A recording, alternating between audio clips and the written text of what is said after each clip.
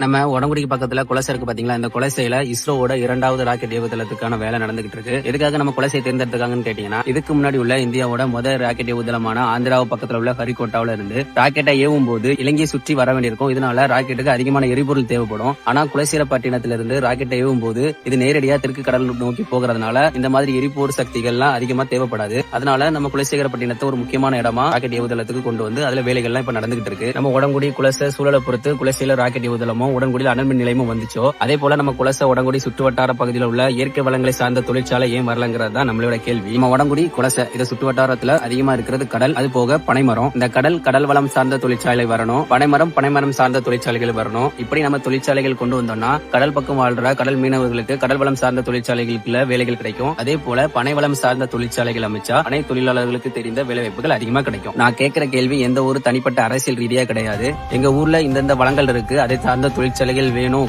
எப்படி நமக்கு ராக்கெட் ஏவுதளமோ அனல்மின் நிலையமோ வருதோ, அதே போல இந்த மாதிரி வளங்கள் சார்ந்த தொழிற்சாலைகள் வந்தா இயற்கைக்கு எந்த ஒரு பாதிப்பும் ஏற்படாது. நம்ம நினைக்கக்கூடிய தொழில்களும் வளர்ச்சியாகும், இளைஞர்களுக்கு நிறைய வேலை வாய்ப்புகளும் கொடுக்கலாம். அதே மாதிரி கடல் வளம் சார்ந்த தொழிற்சாலைக்கும் பனை வளம் சார்ந்த தொழிற்சாலைக்கும் ஒரு நல்ல இடமா அமையுது நம்ம உடன்குடியும் குலசேகரப்பட்டினமும். இதுவும் என்னுடைய இன்னொரு கேள்விதான். இந்த கேள்விக்கு ஒரு பதில் கேட்டுதான் நான் பேசியிருக்கேன். நான் எந்த ஒரு அரசியல் விமர்சனம் பண்ணி பேசல. முடிஞ்ச அளவு இந்த வீடியோவை நம்ம மக்களுக்கு ஷேர் பண்ணுங்க. நம்ம வளங்கள் சார்ந்த தொழிற்சாலை அமைவதற்கு முயற்சி பண்ணுங்க.